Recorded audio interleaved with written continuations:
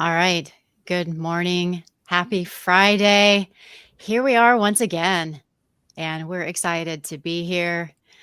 Alexa, I'm kind of disappointed we don't have any, you know, giggles when the camera goes on this time. You were nice and calm. I I mean, was, yeah. I don't know what's gotten into me today. I yeah, was giggling at the comments so far, Rob. I'm very sorry you didn't have time to get more coffee. That's important on a Friday morning. I know. I'm sadly almost out in my giant mug everyone was commenting on last week. It's not very full. Oh no. I didn't So make sad. enough. Yeah, I know. Sadly, I didn't plan ahead, but we've had a lot going on this week, so, I'll make some afterward, and then we'll deal with that. So, thanks for joining us, everyone. We have Chase back with us again, doing some more stuff, and we have Bob, our new congratulations, by the way, Bob, our new CISO here with us. He's not new to JumpCloud, but new title, new new responsibilities, and Bob's got some information to impart to everyone. So, agenda. What we are doing is, some of the usual stuff, but Bob's going to give us an update on some things that have been going on. Nothing, just because we have our CISO, nothing bad is happening. We just have some news we want to talk about, some recent things that are in the news, and then we will go on with our usual agenda, talking about community meetups. Chase has an update on the Q1 roadmap webinar, and then we'll talk a little bit about product. We're probably going to skip the IT news today just because we've got so many things to talk about today. So, Bob, we're immediately going to pass it on to you because I know you have some stuff to talk about, and then we'll take a few questions. You probably know a little bit about what it's about because we did have a quick announcement in the community and in the Slack lounge. But if not, well, stay tuned. Thank you. And thank you all for being here today. Hopefully everyone has had a chance to see our email and the community update on the recent breaches that we've been seeing. Our aim here is to be as communicative and available as possible about how we're handling any incident activity on our end, while balancing the frequency of updates. We don't want to generate too much noise for you.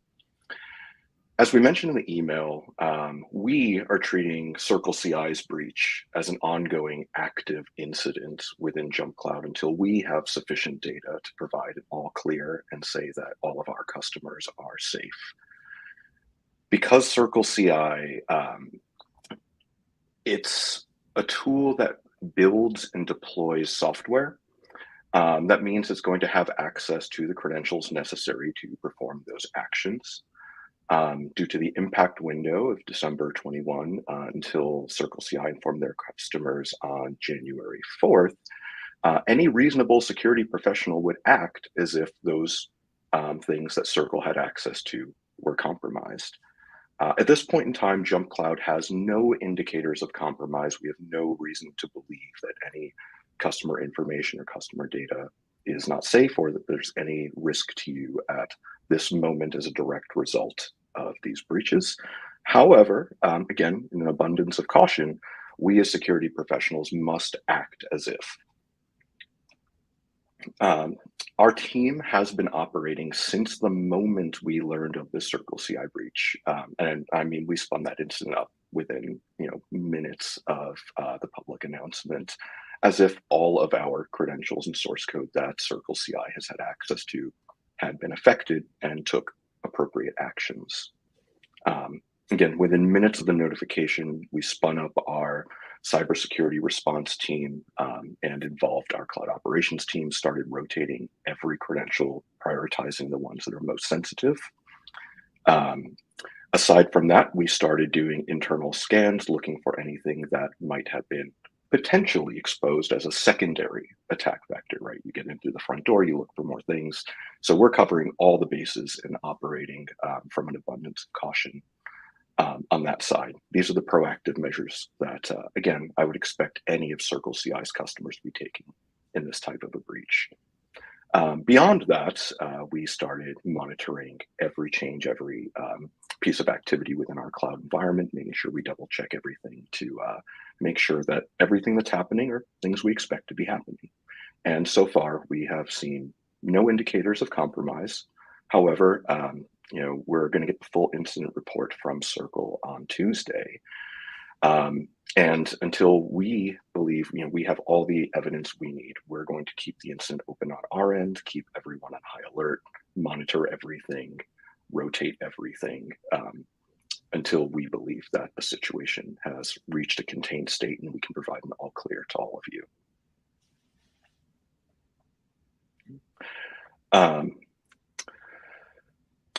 Beyond that, I just want to answer whatever questions folks may have about how this may affect you, advice about what you might be doing. Some of you might also be Circle CI customers and want some information about what you could be doing to protect yourselves. I'm happy to field any questions there. And then, of course, as always, there is the security at JumpCloud link that you can use to send any questions directly to myself and my team. Also, I'd like to point out, Bob, that we do have a post in the community giving the update that that you had originally written, and we are planning on making daily updates to that thread on the community. Every day during the week, we will post an update to that saying, what's going on until we feel that this can be closed. Instead of sending out emails, because that can get cumbersome for everyone, the community post will be the official thread where you will find information. We will link to that in Slack as well. Every day when we make an update, we'll put the update that will link to the update there. But that is where we will be pushing all of the official updates. So when you want more information, you can go there. Of course, you can connect with your account reps too. But as far as official company statements, that's where we're going to push those and where you can go to look for more information. That's great. And I have a question from Mike that I would like to address. Yeah. At this moment, Mike, all of the primary credentials that we consider risky are completely rotated. Those were the top priority. As I mentioned before, Circle CI, due to the nature of how the tool works, has access to source code, things like that. While we don't believe, or we don't have any evidence that any of those secondary credentials were stolen, were used, whatever, we're not seeing any abnormal activity. Still, out of an abundance of caution, we ran scanners against all that code and are rotating literally everything we find. Even things that we don't believe can be used from outside the company. With attacks of this size, it's always better to perform the actions ahead of time instead of wish that you had performed them after the point. So we're still in the process of doing all the actions we need to do to just be extra safe. Great. Thank you. Let's see. Any other questions before we let Bob get back to working on this and doing what he needs to do? It's been a busy few days or several days. We'll give everybody just a second. But thank you, Bob, for taking the time to come on. We've already had people ask if this is going to be recorded. And so we'll be sharing out the link and everything. Oh, we do have another question here. Dennis is asking about JumpCloud Password Manager. Is there a relationship with these breaches? Nothing direct or specific to Password Manager. Obviously all of JumpCloud's products share the same backend infrastructure and tooling.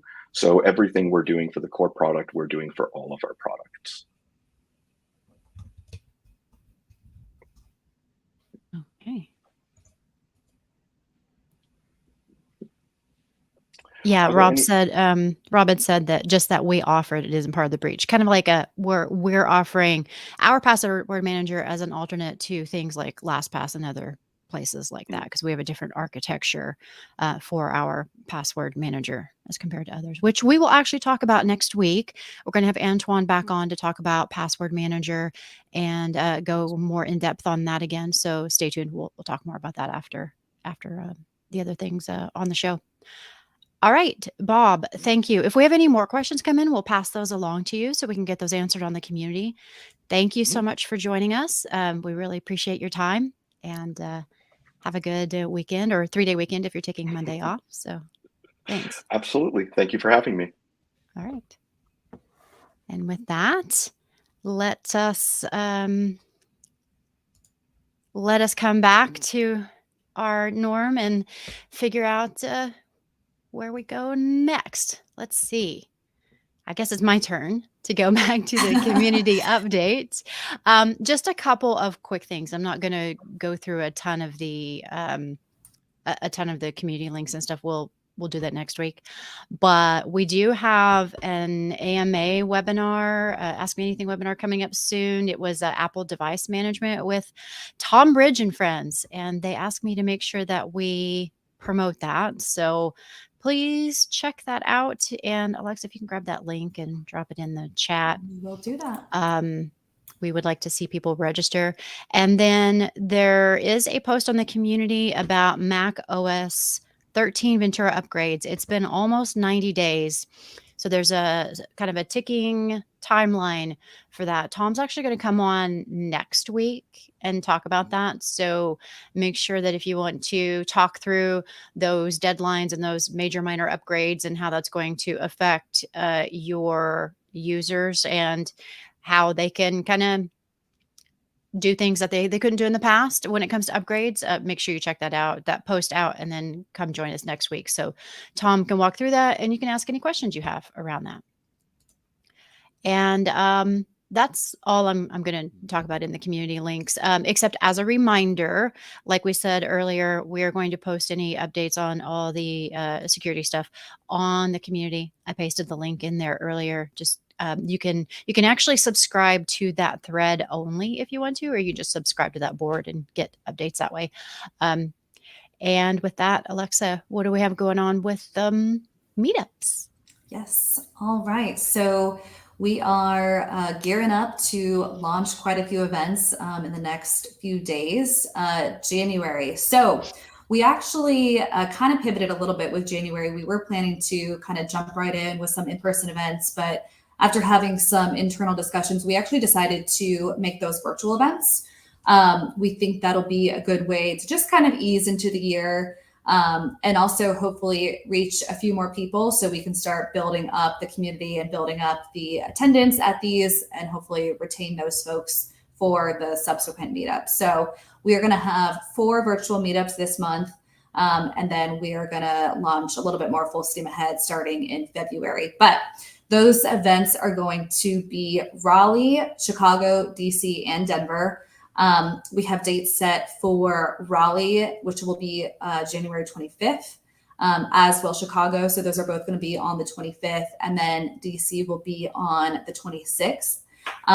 These, because they're virtual, these will be during working hours. They're going to be kind of around lunchtime, so it'll be a little bit kind of like lunch and learn. And if you attend, we'll send you a gift card so that you'll get lunch on JumpCloud. So we hope to see you there. Again, those will be published on the Meetup platform within the next few days, so you can start registering.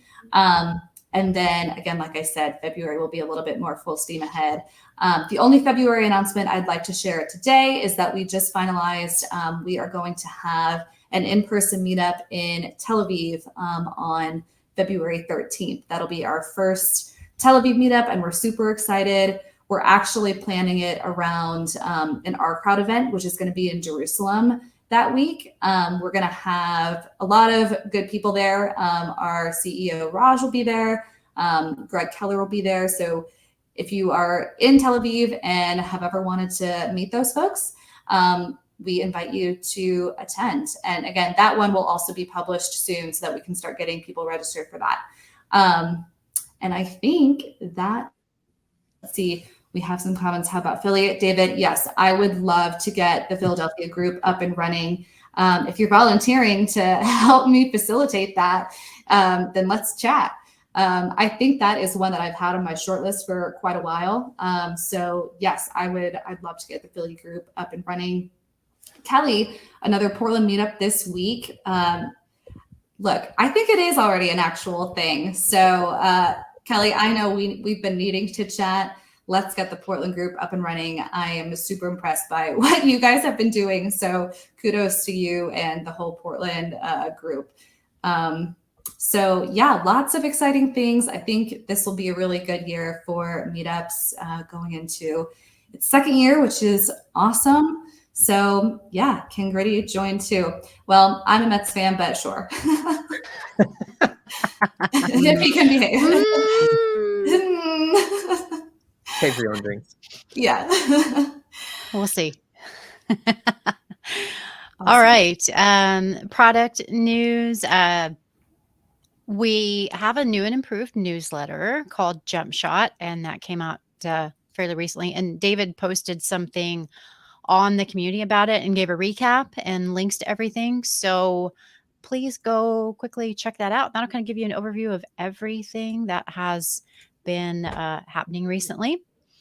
And yeah, Kelly says it's not too hard to convince Portlanders to hang out and drink beer. We're weird like that. Well, you guys have so much beer, so many great small and large beer manufacturers out there. Some great niche places. I mean, yeah, you should be going out and trying all of them, right? And I was going to say, if that's considered weird, then I've never been prouder to be weird. Absolutely. One of my favorite things was quite a few years back now, going to Belgium, and I had some friends that just took me to all these different pubs and just try all the different ones. And I had never been like a huge beer drinker before that until I had, well, good beer. And then it was like, All oh, it takes. yeah. None of this, light stuff that I had been had foisted on me before, but the good stuff. So, David, thank you for posting the link to your post in the chat. That was very helpful. And with that, we're going to jump over. The puns just keep coming. Thank you, Rob Brewery. My brain, I told you I was almost out of coffee. The word was not coming to me. Brewery. My brain's not working today. It's been a week, let me tell you. All the stuff that's been going on. David said Gritty made me do it. So we are going to jump over and have Chase tell us about the Q1 roadmap. There's a lot of exciting things going on, and we are looking forward to hearing what's happening. What's going on, Chase? What are we doing with our lives in 2023? Yeah. So good news is quite a bit. I think one of the pieces, I want to take a little bit of a different approach this with everyone here. What I did, I just threw in the link for the actual roadmap webinar that we had yesterday. I encourage folks to go through that. Oh, and David as well, kind of going through the recap. Much more on the specifics, on details, on everything else that we have. Other speakers outside than myself, right? Kind of talking, and the product leads in terms of how they're guiding the different teams, what we can look at for Q1 and beyond. What I wanted to do today, though, is we didn't cover too much in terms of the why, right? So we're now a global team. We're approaching 800 people. Vast majority of folks are within our product team, either steering it or touching the platform directly, all of these other pieces. But I wanted to spend a little bit time on why we're doing all this stuff, kind of like how do all of these features kind of fit within the larger themes that we might have. So let me go ahead and see if I can figure out share buttons. We'll go from there. There we go. Boom. Okay, cool. So hopefully everyone can see that imagery and kind of all the good things. Before I dive into all the fun stuff that is actually coming along, I wanted to spend just a couple of minutes, or actually less than that. I'm not going to be reading off all the bullet points, but just recent releases. One of my favorite updates, we were kind of, I saw in the chat, kind of updated to SSO profile. One of the other pieces we had is actually making it easier to see what are the recent releases that were directly within the console. So you just look for that little, what's new flag within the admin console, and we'll kind of have it's like a stream of consciousness from our product organization, which is great. So everything that's new kind of coming down the line, tutorials, all these other pieces. But just looking back within Q4, we had a ton of stuff come out. Remote Assist, we're now supporting POP support, MFA for LDAP for folks that have been leveraging that for quite a while. CERT-based radius auth, that's been a long requested ask for a lot of our customers. Updated support case portal, kind of all these other pieces, as well as new reports, kind of enhancements to Cloud Insights, and other pieces like that. One of the areas, though, that I wanted to spend just a quick snapshot in terms of, I'd say, our perspective internally and kind of how we're viewing the market and kind of how all these other pieces fit in, is we feel that we're in another transition. So for folks that have been in the industry for a while, you might have said, well, I'll start with the digital transformation. And this really kind of hit more enterprise organizations, other pieces. But this was when, small companies like Salesforce were saying, hey, you don't need to have your CRM in a large ERP anymore. You can start to offload and kind of outsource some of those functions and pieces into other organizations, SaaS products, other pieces, where you're starting to digitize a lot of these different processes. This gave rise to then the cloud transformation, which is, still kind of ongoing, depending on who you talk to within our partners of AWS and GCP, but really taking a lot of the internal workloads and then transitioning them to private public clouds, just to making sure that happens. So this is great for people who like to hit whiteboards and all the stock vouchers and other pieces. But we really think that there is now an accelerating other transformation. And this one really involves the identity of organizations. And this one's a little bit different too, because it affects everyone. It's not just enterprises where you're talking about lifting and shifting and kind of doing all these other pieces and hiring consultants and all that jazz. This is one of those elements where it's really impacting all the organizations, wherever you are, different sizes globally. And one of the reasons when you want to think about that is it really accelerated over the last 3 years. So first we were all in the office, and then we were all at home, and then we're kind of back in the office doing the hybrid thing. Throughout all of that, one of the pieces that really came through is, hey, we're actually able to work. We're able to get all these other things done because we've already transitioned a lot of our process. We leverage a lot of different web apps, right? It's not really, you don't need to be in the office to get and have your work done, right? When you're thinking about all the processes and what you're logging into, it's everything outside of the organization. But what really came as a pain point throughout all of those different transitions and kind of moments in time was this idea that you need to have a foundational identity, something that is grounded, that is also open and allows you to connect with all other sorts of different technologies as your organization grows, right? Because as you grow, technology stacks change, but then there's also macro environments that change, right? Obviously, I'll know what kind of year 2022 shaped out to be, and hopefully I'm much more optimistic about 23. But having that flexibility and nimbleness becomes so much more important when you're starting to think about your technology stack at large. And that's really kind of what gave rise to, we used to be just really a directory as a service, and we've over time transformed into a holistic open directory platform, is kind of what we're calling that. And really what we mean by open directory platform is the ability to kind of have all these different identities come in from anywhere, and the ability to provision into anything. And so that allows everyone really the flexibility that they need to kind of understand what's going on with this. And then this, I love this new GIF. This is actually part of our SSO page 0 state that just launched. So this is kind of a helpful reminder, right, in terms of how you're thinking about that. We're really not into having a closed wall type of ecosystem, because we've seen that it isn't successful, and we need to have that flexibility. So I appreciate everyone kind of sitting through that preamble, but that really kind of helped shape a little bit more kind of how we are thinking about the product strategy holistically within the organization and where this is going.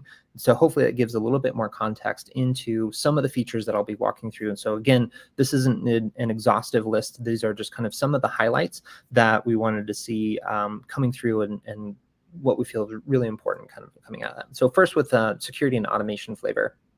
So in thinking about an open directory, we're spending a lot of time in terms of enhancing how just that, right? Getting people from anywhere into provision, all those other things. And there's a lot of work on the underlying technologies to make this happen. First, enhancing a lot of our HRS integrations. So that way when identities are created in other systems, right? We can see those, we can have more attributes coming into JumpCloud and making sure that we have smart decisions around where those users should go. And so we've also released as I'll call them smart groups, right, in that sense, but the ability to kind of auto provision and making sure that those updates or kind of recommendations that we have for different individuals for different groups and privileges is up to date. And so it's really making sure that you can onboard folks as fast as possible. And so we spend a lot of time working on our own REST APIs, both the ability to import as well as export. We're adding a lot more connectors, are being enhanced with SCIM protocols wherever, the software providers that are in the world that support that technology. We're making sure that we are paired there. So that way, from a holistic onboarding experience, it's very quick. You can come in from anywhere, make sure that you have employees that are productive and fast, no matter what is kind of going on within your ecosystem. Next piece I want to spend a little bit of time, I know we had Bob come on a little bit more, but one of the other areas too that we're really spending a decent amount of time is looking at making sure that we're protecting from push bombs. This has been more in the industry in terms of how we reduce that type of fatigue. And so making sure that people aren't just kind of clicking on, yeah, okay, whatever. So we've already made the enhancements for location-based. And the next piece is we're doing a little bit more on the back end to throttle all these other areas. And then we're going to have a few more pieces for users to come out. So for example, PIN codes and other things in the future. But we've seen this as kind of one of these other weird areas within the security realm that's been on the rise. So we want to make sure that we are ahead of that and it doesn't come to fruition. Next piece, I know we kind of mentioned just a little bit more, and we're going to be going a lot deeper into password manager, kind of why we're a little bit different, more architecturally, as well as what's coming along. But as we launched Password Manager last year, there's been a huge demand and also a huge number of requests that go with that, right? And say we want to make it best in class. And so we're going to be doubling down a lot of admin functionality, making sure that that hybrid approach is really tuned in, very well integrated, as well as new policies, enhancements, performance, updates to the UI and user experience, kind of both from the admin side as well from the user. So we're really excited about where this Password Manager is taking within not only this quarter, but coming out through the rest of the year. And then from that, anything that you're accessing, we want to make sure that it's coming from a secure device, because of all those applications that I talked about are out there. Typically, the laptop sitting in front of you is the only piece that you're communicating with that. And we really feel that that is where most of the work is being done. And so we're adding in some conditional access pieces where you're going beyond just kind of disk encryption, which is live, but into OS version, if there's antivirus on there, in the browser version as well, when you start to think about our patching capabilities on those devices. So making sure that you can set those parameters, which is really helpful, especially if you might be operating either in a mix or kind of have some of those BYOD devices coming through, making sure that you're hitting those where you need to. And I've alluded this to a little bit on the device side, but one of the areas and other pieces that we think about within the organization, you might hear either myself or kind of people come on, is we often refer to devices as the gateway. This is really important. So I think as you start to think about some of those transitions, I think a lot of folks really felt like, oh, we're just going to transition to thin clients, right? Everyone's going to be on Chromebooks or their phone, and it really doesn't matter that the device that they're operating on. And we take a very different approach. We actually think that the device is one of the most important crucial pieces, again, that people are leveraging in their day-to-day lives. And so making sure that we can manage, secure, again, and then automate all those different pieces. So that way, no matter where folks are, the devices that they're communicating through their gateway into your IP and kind of other processes within the organization is secure, set up, and simple, right? And I think that's the other underlying piece that most folks don't think about is we want to add in a layer of security, but also not get in the way of the user experience. So with that, we're very excited to spending a lot more time in terms of thinking about how we can have more devices as part of your JumpCloud management fleet. And so we've been spending a lot of time thinking about this self-service onboarding flow. So that way, we're much more in tune when you think about Intune plus JumpCloud kind of authentication flows. And so making sure that we have a really amazing kind of out-of-the-box experience for new Windows devices that are coming within the JumpCloud ecosystem. Another area that has been long requested and we're really excited to be announcing much deeper is Android EMM. And so this is really helpful for a lot of folks that might be necessarily a little bit more outside of North America, but a lot of those different devices that are in different use cases, making sure that we round out our holistic mobility story. So we started last year with iOS, we'll be adding in Android. And so now you kind of have a complete view across both, you know, the work done devices that I like to call them, right? Kind of laptops or virtual machines sitting in front of you, but then also all those other devices. So that way people have, you know, access to what they need from a mobile standpoint as well. Next, kind of thinking about remote assist, we're actually kind of dividing it into two areas. So first, we released Live Assist last year, and this is a great tool, just kind of hop in and help, you know, users where they might be. And so we're adding in a little bit more nice to haves, right? Updating the user consent prompt. We'll have global and as well as group opt-in and opt-out. So that way, as you're setting up provisioning those devices, you can say, hey, we want that remote assist on there or not. And then little nice to haves, right? So having the ability to kind of do copy paste between machines, making sure that if you're sharing information with those users, it's really seamless. What I'm very excited about, though, is kind of the enhancement to this where we're going beyond live into silent assist. So basically granting the ability to operate and kind of hop into those machines without the user present. So this is helpful if you have a little bit more, I'd say, infrastructure things that you want to check in on as well. But, you know, it's other pieces like not everyone takes the same lunch hour, or you might be supporting, like we are a global organization, lots of folks around the globe where you might need to operate outside of those time zones. So this is really helpful to kind of making sure that your overall I'd say device health is set there, but then also on an individual basis, if you need to hop in and making sure that you can manage those machines. So next piece, and this is kind of the last area to kind of round out, and then I'll hop into questions. So if you do have questions, feel free to hop them in, but really spending a lot of time around our platform depth. And so I think a big theme for us is we released a lot of new features, a lot of new product within 2022. And so we're going to be spending certainly a better part of Q1 and beyond, making sure that all of it's well connected, integrated, and going deeper into all the things that we already do. Because we know that we're sitting on a ton of data in terms of how that operates within your organization, but making sure that it's useful on a day-to-day basis. And so we want to make sure that it's transformative in its own right. And so we're going to be taking a lot more of that data and presenting it back to you in more widgets, right? So you have more helpful alerts, kind of understanding what's going on within your organization at a glance. We're going to be extending the retention time, which is really important for folks that are looking to, you know, achieve and then maintain their audit and compliance goals. So we're going from 90 days to 360, which on the cover kind of sounds like, yeah, well, you just, you know, increase that thing.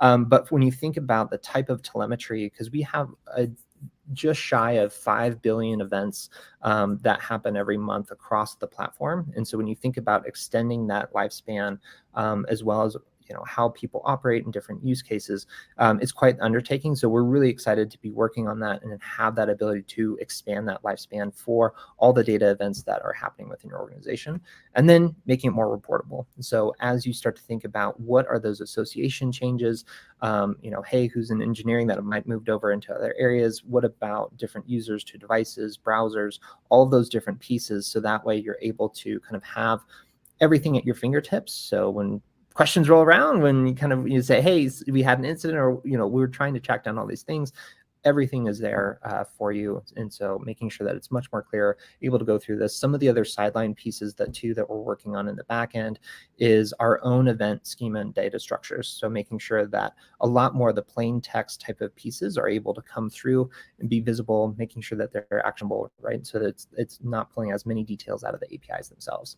And so that's it. I'll stop sharing slides and kind of hop a little bit more into questions, but I just wanted to add in a little bit more of the visuals and the context outside of what you might have seen or yet to see on our roadmap webinar. And then for folks, also we on the MSP side, we're also going to be presenting our partners as well as kind of multi-tenant updates next week as well, where we're going to be spending a little bit more of the deep dive on a lot of the features that I haven't even touched within that area, but we're really excited to bring to our partners and folks that are managing either multiple separate organizations or multiple clients under a larger JumpCloud umbrella. So I'll pause there, I'll catch up and see if I run through some questions.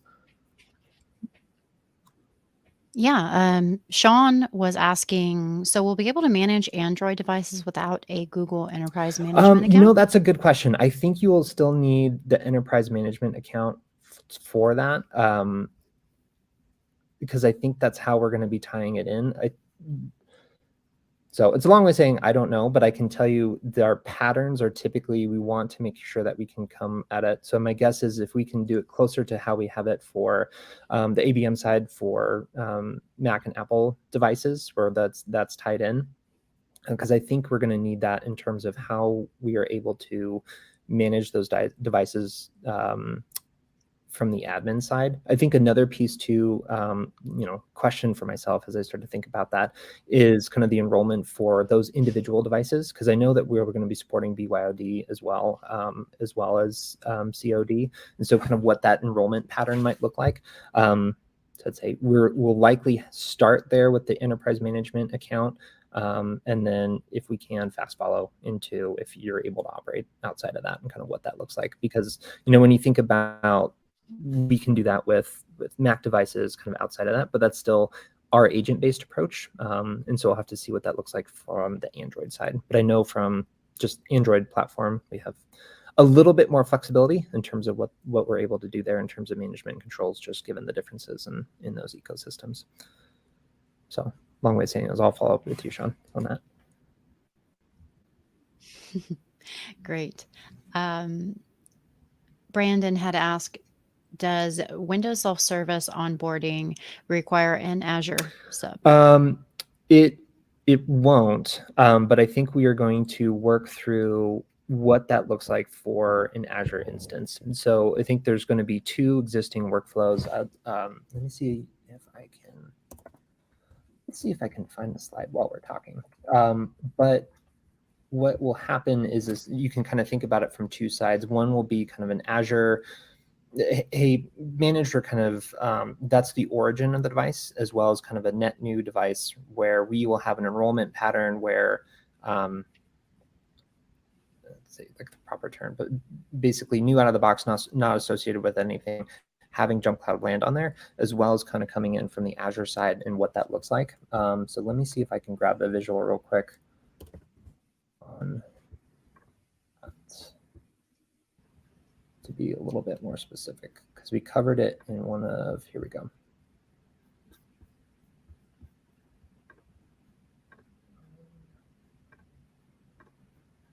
The fun part is you just spend all your time in slides, so you start to figure out where they're going. So here is a little bit more of a deep dive on kind of what those two flows will look like. And so from, I'd say, the onboarding where it's OOB from this use case over from the Intune kind of Azure type of side, as well as if you have the existing flow. So this is kind of work settings from that, making sure that you're able to essentially auth, and then when you do that, we're taking over kind of that auth and then completing that enrollment into your JumpCloud managed devices. So hold on to that, because I think this also plays into Dennis's question about, can you elaborate on the OOBE onboarding experience for Windows devices, JC Agent, and Microsoft butting heads? So I think you may have just answered that, but is there anything else you want to add to that based on what Dennis was asking? Yeah, I guess the other piece is we're doing it in a way to not butt heads. I think that is one of our, I'd say, universal policies too, is whenever our agent is interacting with machines, other agents, other things, we always like to play nice. And so you might have this conflict from other providers. I know CrowdStrike is a big fan of, hey, one agent, one device, but that might not always be the case. And so we operate as much as we can, knowing that those, I say, authentication flows are, they're not built for JumpCloud, right? And so we're going through spending a lot of time with, basically call it, Microsoft MDM, if you want, type of those pieces. So that way, when we are signing ourselves as JumpCloud, as well as kind of enrolling that device, we're doing it through those Microsoft mechanisms, very similar to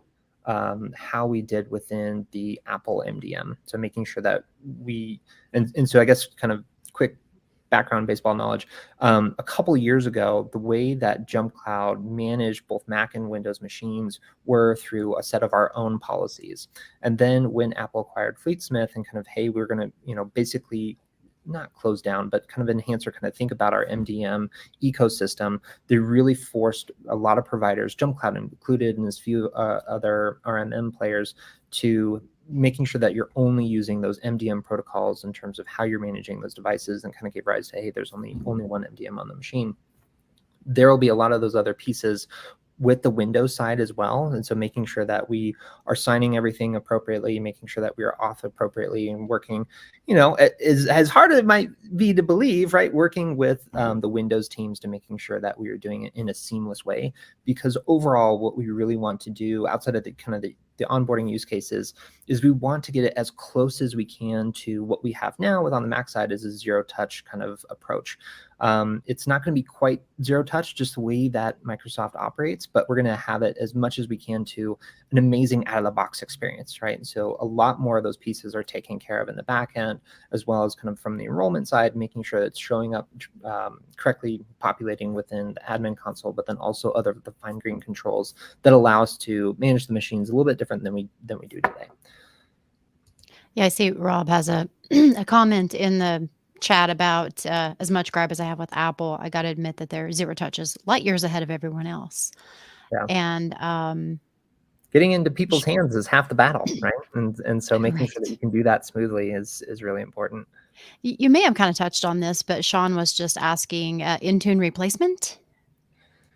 Yeah. Yes, and right. I mean, I don't want to carry us too far and make big bold statements and other pieces, but we are looking to have as much controls as you can from kind of an Intune like manner to manage those devices, right? When you think about everything from auth enrollment to getting software on the machine, making sure it's up to date, patch, kind of all these other pieces from a holistic management perspective, like we're getting closer, right? And so like we have OS patch, we're making sure that the browsers are there, we're getting into third-party patching as well. And so already you can start to see, hey, there might be some other components that we're going to do that.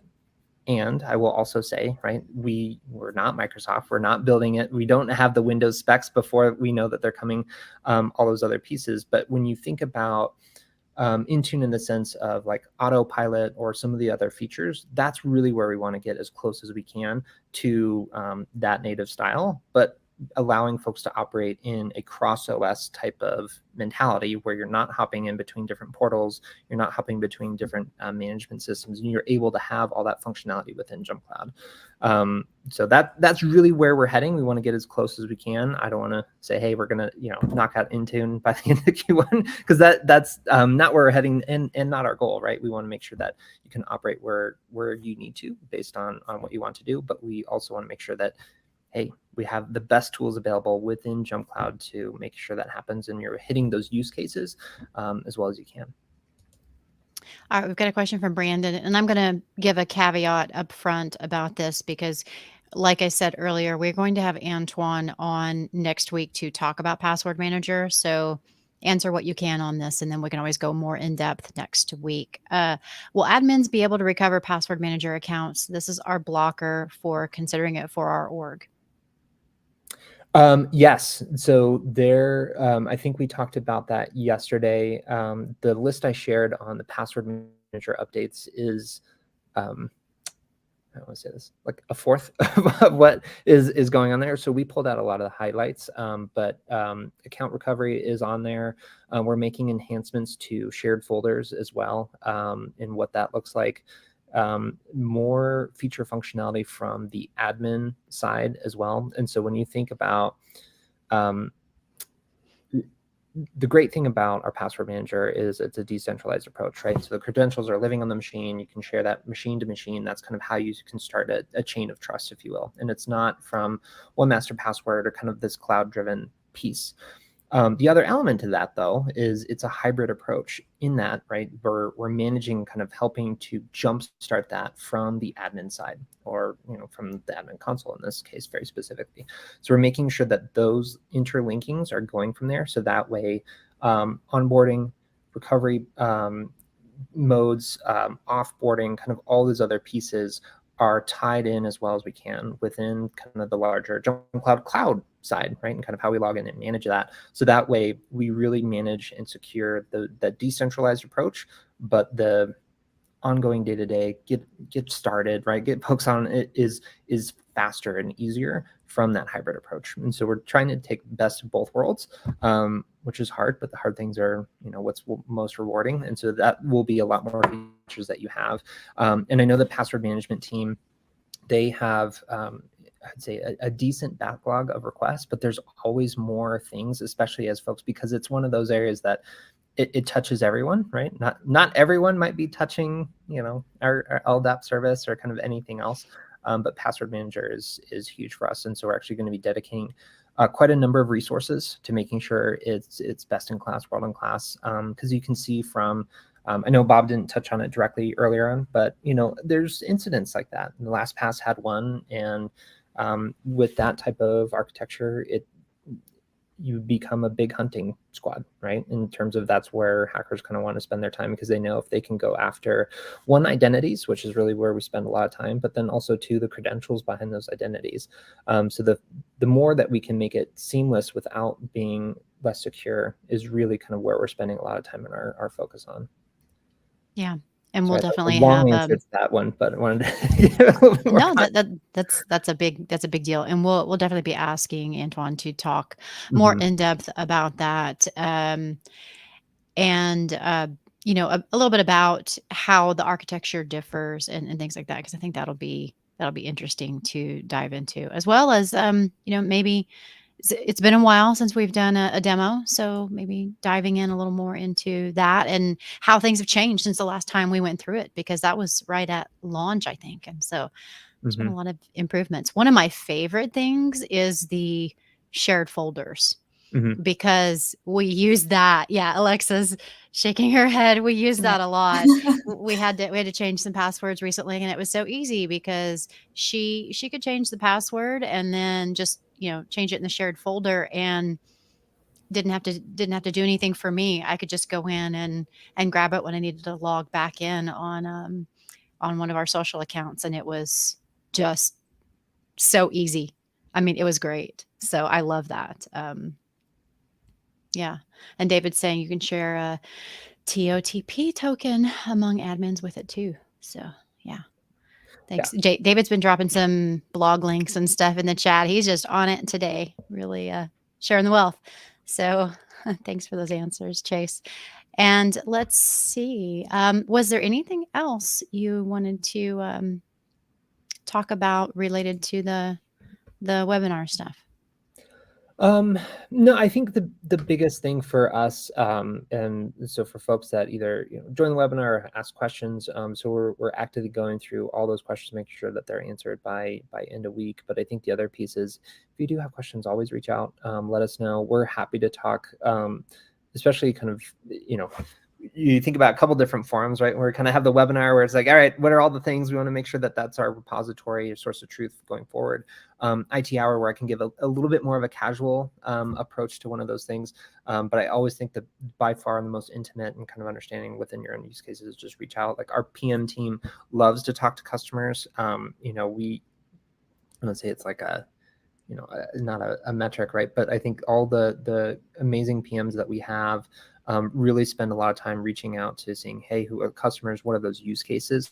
Because oftentimes, it's like anything else you try to build, and you're like, hey, we can do this. You're like, great, but I want it green and sideways, so it does the thing over here. Like, oh, that's great, right? And then we can actually, that helps lead a lot more of our product roadmap than I think most organizations realize, because we support so many, certainly within kind of the small, medium enterprise area. Our roadmap really isn't, it's not dictated by a couple, like 3 large customers over here that kind of have that. We're really looking at holistic use cases across those and where we can make the most impact. And so feel free to reach out. Feel free to submit those idea requests on the product in the console, because it goes into our product board. It's organized and prioritized with all the PMs weekly, if not daily. And I see it all come through the product board there, and there's always great suggestions. So, keep keep it open, keep it coming, especially for other things where you're like, oh, I wish we had X. And you're like, all right, let's get it. Let's build it. Yeah. And what I love about this, being able to follow up and go more in depth into the questions than you really can on a webinar, and you just answer the questions spontaneously and really just dig into something and get to have a discussion around it. Like with the OOBE question that they had, you could just pull up that slide and just go right into it. So that was really cool. That one specifically, as the team start to dive in, I know we're already basically at the POC stage. There will be a lot more documentation on here's what does this look like. Here are kind of things to consider.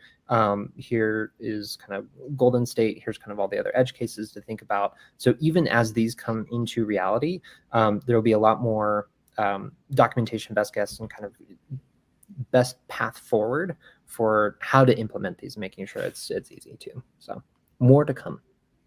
Yes. Speaking of more to come, Alexa, the next 2 weeks are pretty full, and Yes. I think they're exciting. So can you tell us what we have on the agenda for next week and the end of the month? Yes, so I think they're pretty exciting too. Becky has teased next week, so we are going to cover Password Manager a lot more in depth with Antoine.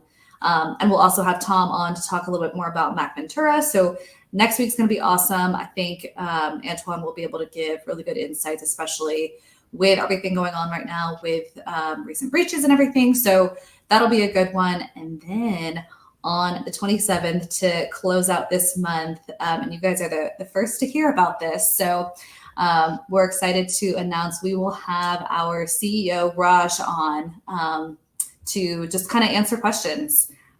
We had a meeting with him yesterday to talk through the episode. We have some questions teed up for him, and he's super excited to answer them and chat with you all and answer any questions you guys have. So that said, get your questions ready for Raj because he is game and he'll be on for the entire hour. So he is dedicated to chatting with you guys and really answering the tough questions. So come ready on the 27th to chat with JumpCloud CEO Raj. Yeah. And if you want to submit questions ahead of time in the IT hour in Slack, feel free, or you can just submit them during the conversation here in Crowdcast, and that's fine too. But we are really excited. The fact that he's setting aside a whole hour to chat is really great. Sometimes it's really hard to. Right, David, community too.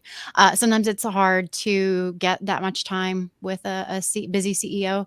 So the fact that he's really wanting to connect with our community is awesome. We've got some really good questions that I think will just to hear his thoughts on what's coming in this year and some things that are going on. I think it's going to be really great to just sit and chat one-on-one with him. Well, actually, I guess 2 to 1, because it'll be both Alexa and I asking questions, but just, a nice, small, intimate conversation. And he's really looking forward to it. And more to come. We'll be promoting that and making sure everybody knows about it.